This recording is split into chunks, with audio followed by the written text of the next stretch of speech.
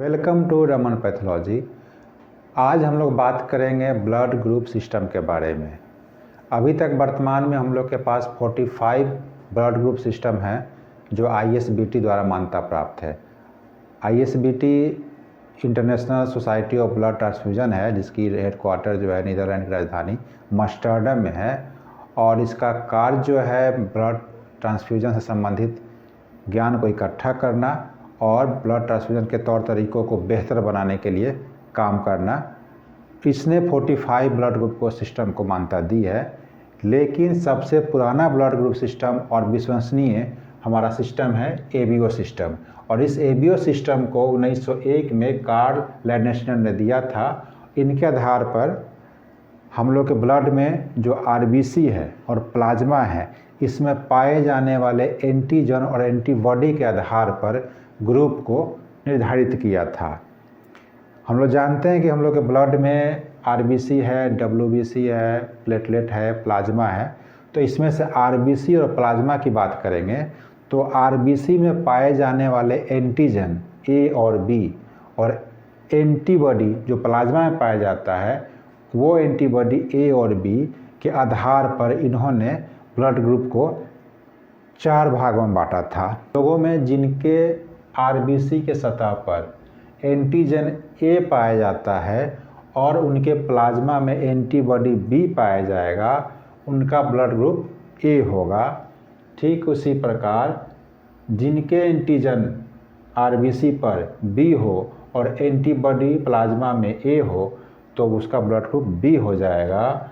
और जिनके RBC में एंटीजन A और B दोनों पाए जाएंगे लेकिन एंटीबॉडी नहीं होगा उनका ब्लड ग्रुप AB कहलाएगा।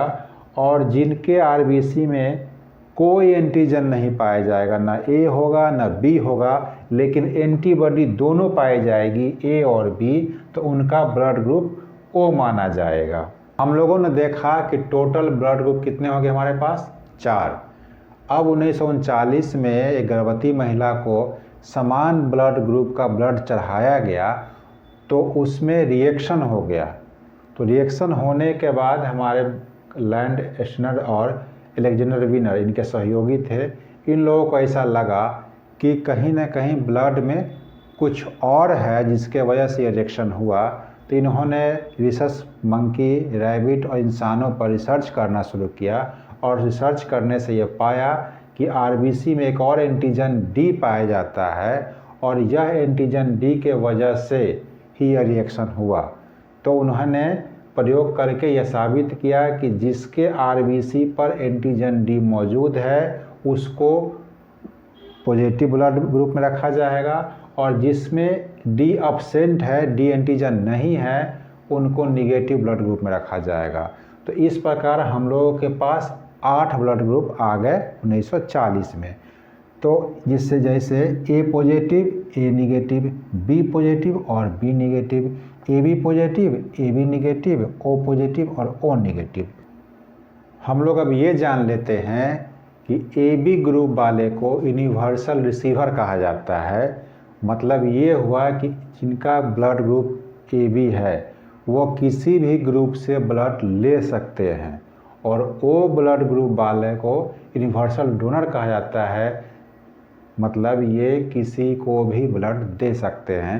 कारण यह है कि AB में कोई एंटीबॉडी नहीं मिलता है और O में कोई एंटीजन नहीं मिलता है, जिसके कारण रिएक्शन होने के चांसेस कम होती है। इसी वजह से AB को यूनिवर्सल रिसीवर और O को यूनिवर्सल डोनर कहा जाता है। यदि आपको ये वीडियो पसंद आई हो तो लाइक कीजिए, शेयर कीजिए, सब्सक्राइब कीजिए। Thanks for watching.